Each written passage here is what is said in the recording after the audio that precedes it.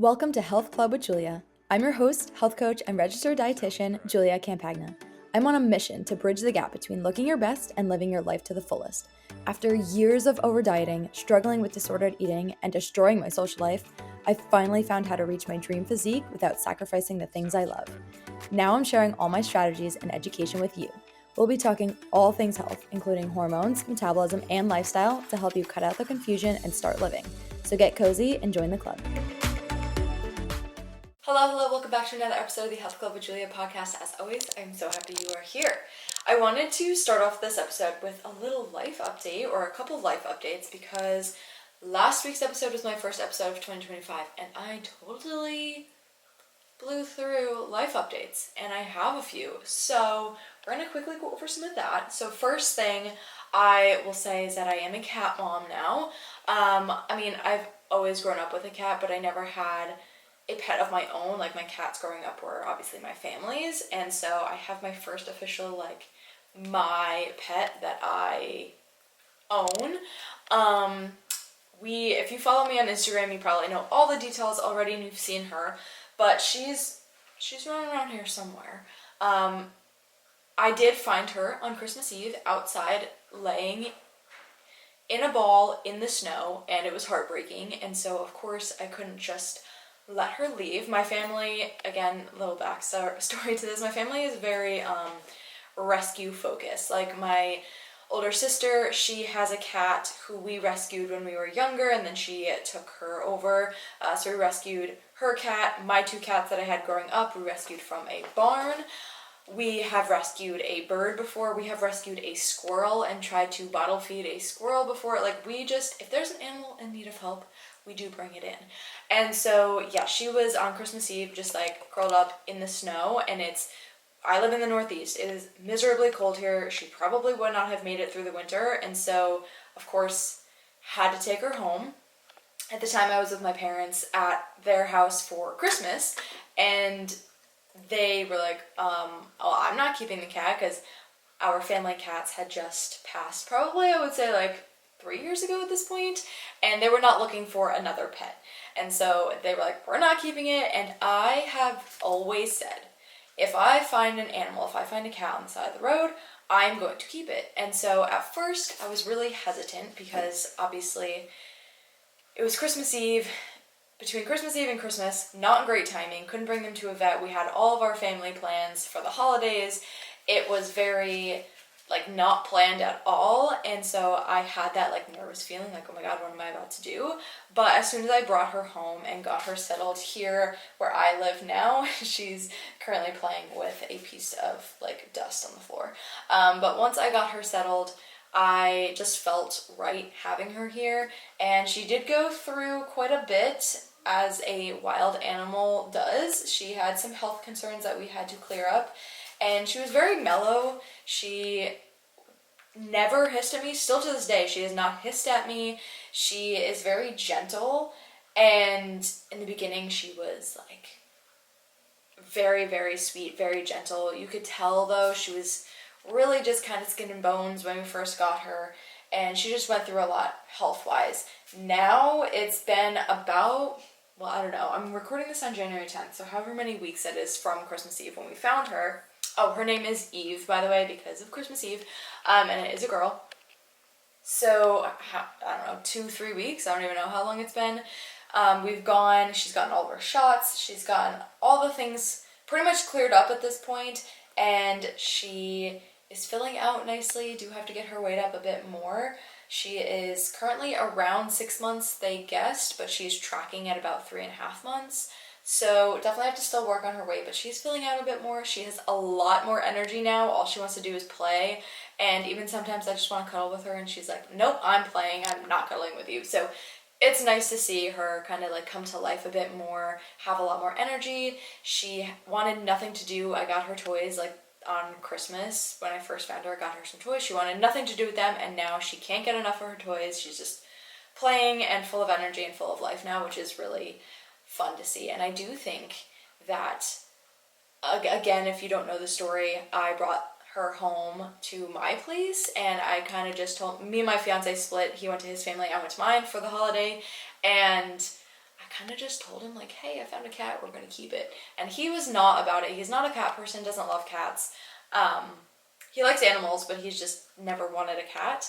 And so I kind of forced it upon him. I just brought her home and I was like, well, this is what we're gonna do. I saved her, and so we did like a 2-week trial. And I do think at this point we are going to officially keep her. I have not even said this on Instagram yet, but I do think that we are officially going to keep her. He has fallen in love with her slowly but surely. He is really getting attached to her more and more, so that's nice to see as well. But I do think we're going to keep her, which is exciting. But anyway, that was a really long drawn out story. I did not think that that was going to be as long as that was, but I am a cat mom now. First update. Second update, as of today, I'm recording this on January 10th. I am officially 4 months out from my wedding. I cannot believe how fast this is coming. Everyone always says that planning goes by so quickly and it gets here before you know it, and it really is. Like, I'm kind of stressed how fast it's going because there's still a lot to be done. A lot of the big things are taken care of. I am going to visit the location because I am doing a destination wedding. I am going to visit the location at the end of January, so that'll feel a lot better to kind of be in person planning some things. And yeah, 4 months out. I have 2 months until my bridal shower. I have 2.5 months until my bachelorette. Like, things are happening, which is just wild. So those are my latest updates in my life, but wanted to give a little update at the start of 2025, so that's where we're at. Anyway, moving forward, we're going to be talking about what you all came here for, and it is how to have a perfect menstrual cycle, and is that even possible? So I wanted to talk about this because I just recently was thinking about this and how some people have really bad cycles. Like, some people, I hear horror stories about how heavy their bleeding is, how bad their cramps are, and not even like Tylenol will help them, how fatigued they are and they literally can't get out of bed. I hear it all. I also hear about, people being concerned about their cycle because it shows up on random days, or they spot on random days, or it's really long, or it's short. And, I hear all the things. As a hormone health dietitian and health coach, I hear all the stories. And the reason why I was thinking about this the other day was because I just got mine. So I got mine 2 days ago, and I was just thinking about it specifically this time that I got it because I know my body so well. I am so in tune with my body, and it has taken a lot of work and effort to understand my body the way that I do now. But it is crazy. Like, I will feel the exact moment that I get my period, I know it's happening. Like, without me even looking, I'm like, I just got my period. I know it. And not even the feel, like, okay, mostly all women are listening to this, I hope. So all you women out there, you get it. It's not that I know because of the feeling of wetness down there. Like, I don't feel that. I don't even really have cramps. I will say I do have some cramps on day one. I am not 100% perfect. But my cramps are not debilitating at all. Like, I can literally go through my entire day and they don't affect me really, like, hardly at all.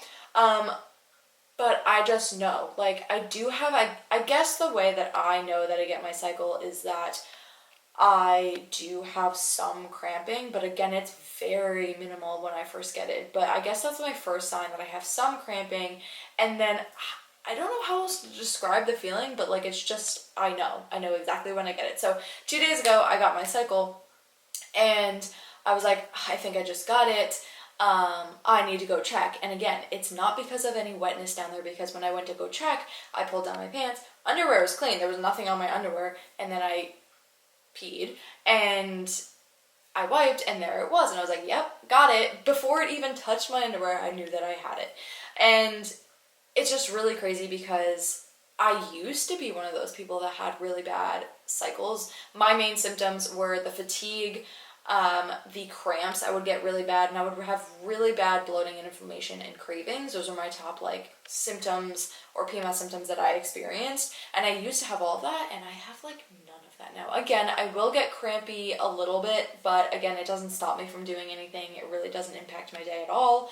I just notice a little bit more cramping than the average day. And that only literally lasts from the moment I get it to, like, let's say I get it in the afternoon, I have it until that night, and then I sleep fine, I wake up, no cramps. So that's the extent to my PMS symptoms. And yeah, it's really wild to me that like some people have such bad periods, and I just reflect on where I was and where I am now, and it's crazy. And so I want to kind of talk about, how do you get a cycle like I have? A very, very regular cycle, a very healthy cycle, one without pretty much hardly any PMS at all, and just like be so in tune that I know exactly when I'm going to get it and when I do get it. So I will say, to have an absolutely perfect 100,000% perfect cycle, maybe not so realistic, but you can have a pretty perfect cycle. It is doable. I am someone to attest to that. I have a pretty perfect cycle, I would say. And I want to talk about kind of how we want to go about that. There's a couple of things that I think really impacted me from where I was to where I am now, and a lot of things that I worked on that helped me go from all of those PMS symptoms to now hardly having anything at all and having a very healthy, predictable, easy period now. So I want to go over the things that I have done that really kind of helped me get to where I am today, and what you can do to hopefully get you to in the same direction as me. So the first thing that I will say, first and foremost, is what helped a lot is tracking my cycle and learning about it. Like I've said, when I first opened up this kind of podcast episode, was that I am so in tune with my body. I know exactly when I get it before I even bleed. Like, I know when I'm going to get it. And that has really come from tracking my cycle religiously every single day and just learning a lot more about it. Again, I am a hormone health dietitian. I have studied this, I have researched this, I have done a lot of work in this field, and so that definitely does help, but there's a lot that you can look up and research on your own to learn more about your cycle. And even using my content, this podcast and my Instagram, I put out a lot of free content about your cycle and what it looks like. And also, keep your eyes peeled, a little sneak peek here that I'm just thinking of. I did not think I was going to mention this, but since we're talking about it, I am going to be doing a masterclass this year as well, talking in depth about cycles and how you can learn more, and just giving a lot of resources towards your menstrual cycle. So keep your eyes peeled for that. That won't be until a little bit, probably like midway through the year, early to midway through the year. So I will announce that on this podcast whenever that does come out, but a little sneak peek. So you have a lot of resources between podcasts, Instagram, Google can be tricky because there's true and false information on there, but there's a lot out there that you can at least start learning more about your cycle. And tracking. If you are on hormonal birth control, it's a little bit harder to track, just because, one, if you're on a pill, it does the tracking for you. Like, you know when you should, quote unquote, get your quote unquote period. It's not a real period, but you know when you should be having a bleed. And so that's really the only thing that you're tracking. You don't have normal hormonal fluctuations like you would without the hormonal birth control, so it's hard to really kind of track things when really the only thing that you need to track is when you're going to bleed, because that's the only thing going on with your body on hormonal birth control. But if you are not on any type of hormonal contraceptive, then I would advise that you track it. And so a couple of things that I want to mention here with tracking is, one, get an app. There are tons of apps out there to track your cycle. One of the few bigger ones is Flow. Another one that's quite big is Natural Cycles. That is the one that I personally use. You don't have to use Natural Cycles. That's just the one that I chose, and I do absolutely love it. But there's plenty out there. You can choose whichever menstrual tracking app that you want, but I would consider getting an app. It's just a lot easier to put data in and have all of that saved in an app rather than doing it old school pen and paper. If you want to do that, by all means do so, but I highly recommend an app to track with. And then there's a couple of other things that I would use to track. One, your basal body temperature, or your BPT. This is basically your resting temperature of your body. We track this to show when our ovulation is, and basically you have like your normal temperature throughout every day, and then around ovulation during your fertile window, you'll see an increase in temperature that usually stays increased until your bleed, and then it drops back off into like your normal range. So there are fluctuations with your temperature. I have a whole podcast episode talking about specifically how to track your cycle without being on hormonal birth control, so go check that out, and you can learn more about BBT. But I would do that. I would use LH or ovulation test strips. Again, this just shows you more of your fertile window and make sure that you are actually ovulating, because that is a very, very integral part of your cycle and having a healthy cycle. And then I would also use things like cervical mucus. That is another great way to show fluctuations in your cycle and show how things are changing and make sure that you have a healthy cycle. Again, that is in my other podcast episode talking about how to track your cycle. I go more in depth with cervical mucus, but I would track all of those things and add symptoms into the app when you get that. But that's the first thing. Definitely tracking your cycle. Tracking alone helps you learn a lot more about your specific cycle to you and not just like general information, like it is specific to your body. So that helps you learn along the way, but also using other resources to help you learn about your menstrual cycles in general and also your menstrual cycle. So that's the first thing I would say has definitely helped me learn more about my cycle and what to look out for and how to improve my cycle health, is tracking it and learning the ins and outs of your menstrual cycle. Then the second thing that I would say is really lowering my sugar intake. I wouldn't say that I had ever avoided sugar altogether, but I definitely am aware of my sugar intake and try not to have as many sugar alcohols now that I once did. This can help to reduce inflammation, regulate your blood sugar, fix hormonal imbalances. So some things that I used to do that I don't really do now is, again, sugar alcohols. So a lot of protein bars, protein powders, things like low-calorie maple syrup. These things have a lot of sugar alcohols in them, sugar additives to them. I mean, there's other things too that I could say, but these are the ones that I know that I had pretty much on a daily basis that I no longer have. I really don't have any protein bars, hardly ever. If I do, I like to get ones with higher quality ingredients. I currently have the Pro Mix protein bars. Those ones are really great. They're more like a Rice Krispie texture, but great ingredients in those. Things like RX bars are great. So just higher quality food that way. With syrups, I really just stick with maple syrup at this point, which is higher in calorie than the low calorie ones, yes, but it is obviously better ingredients. It's really just maple syrup. That's really it. So you're not getting a lot of the sugar alcohols, and just, again, trying to reduce the amount of times that I would have things like ice cream or cookies or things like that, just like being more aware of my food intake and really upping my whole foods in my diet, focusing primarily on that and cutting out all like the crap. A lot of that crap honestly came from like fitness type foods like protein powders, protein bars, protein cookies, like all of those kinds of foods that are really like out there in the fitness world. I kind of stopped having, and that definitely helped fix a lot of my issues, especially the bloating and inflammation piece of that. So I would say I limited and just was more mindful on my sugar and sugar alcohol added sugar intake in general. The third thing that I did was really focus on replenishing my minerals and vitamins. This was especially important post-birth control, like immediate post-birth control for me, / while I was still on my hormonal birth control. I did a lot of this work, and I did probably about like 3 months of work prior to coming off of it to help my body. And then once I did come off of it, I still stuck with those things, and even some of the things I'm still doing now.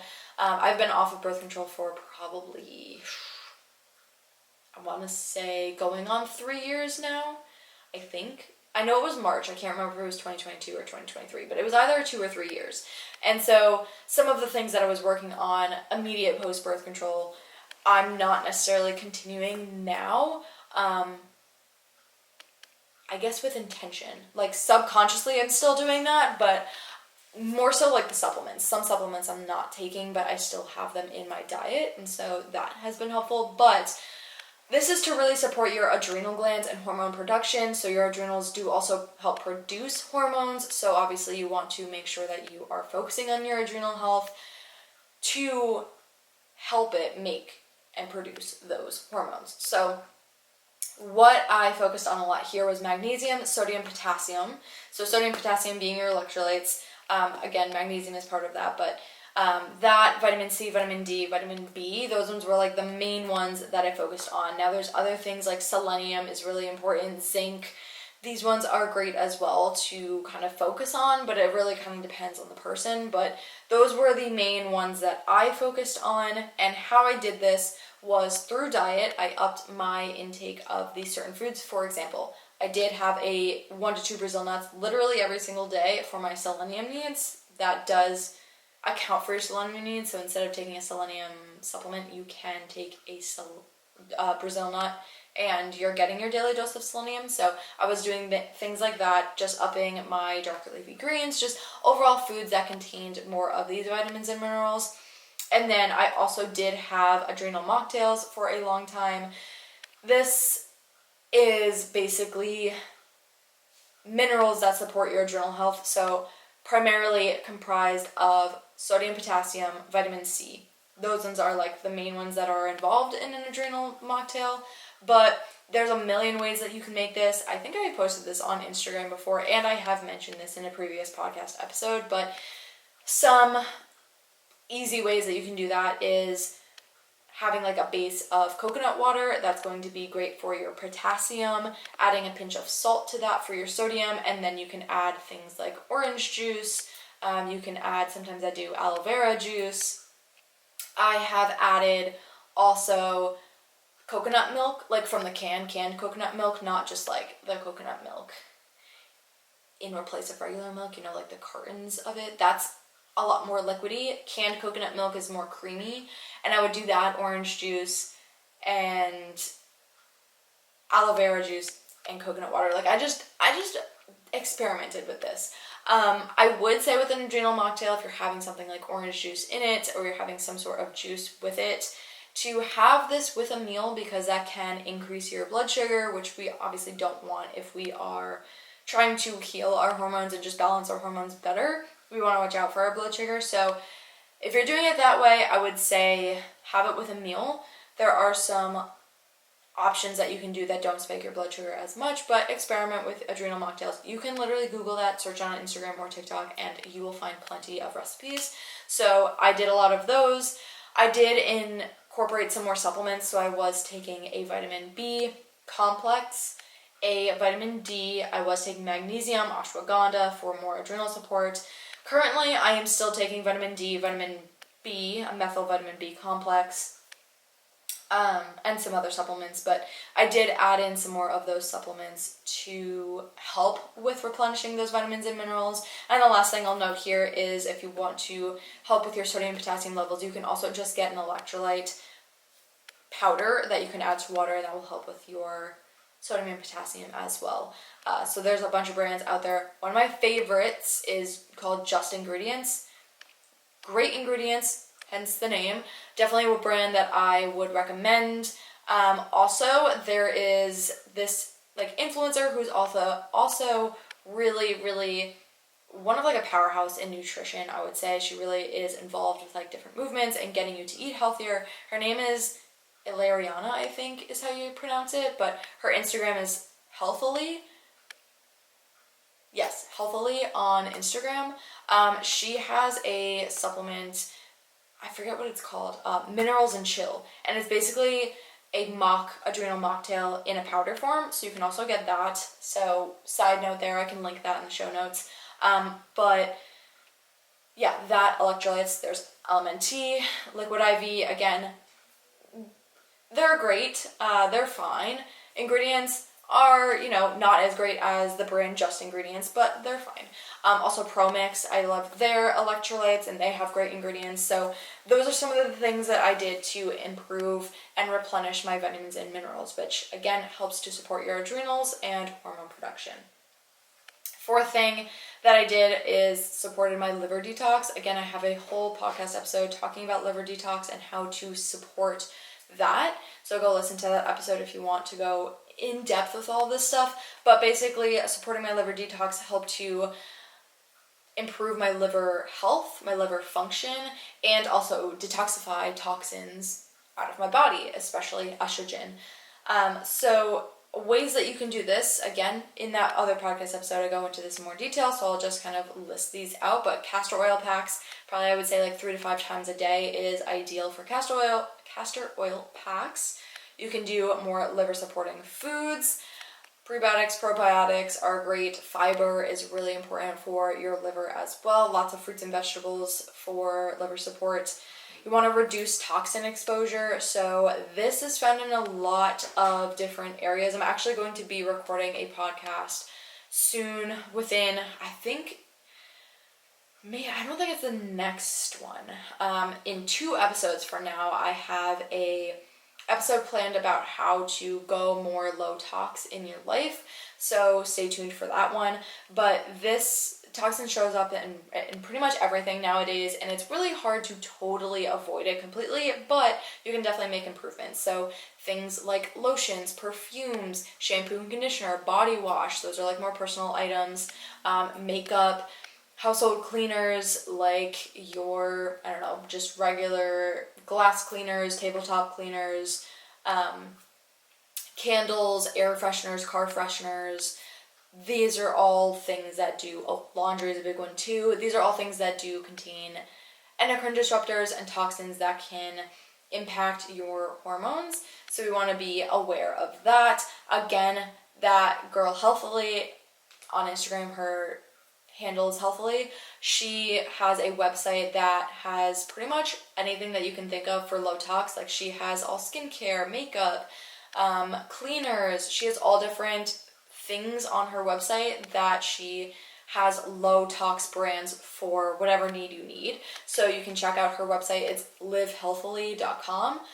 And it's really great. I even use it myself sometimes when I want a new, let's say I want to try a new detergent. I'll go on her website, see what she's got on there, and it just helps me live a more low tox lifestyle. But again, I'm planning an episode in 2 episodes from now. So not this one, not the next one, the one after. So I guess basically 3 episodes from now is really diving into low tox products. I'm giving all of like different brands that you can use. So stay tuned for that.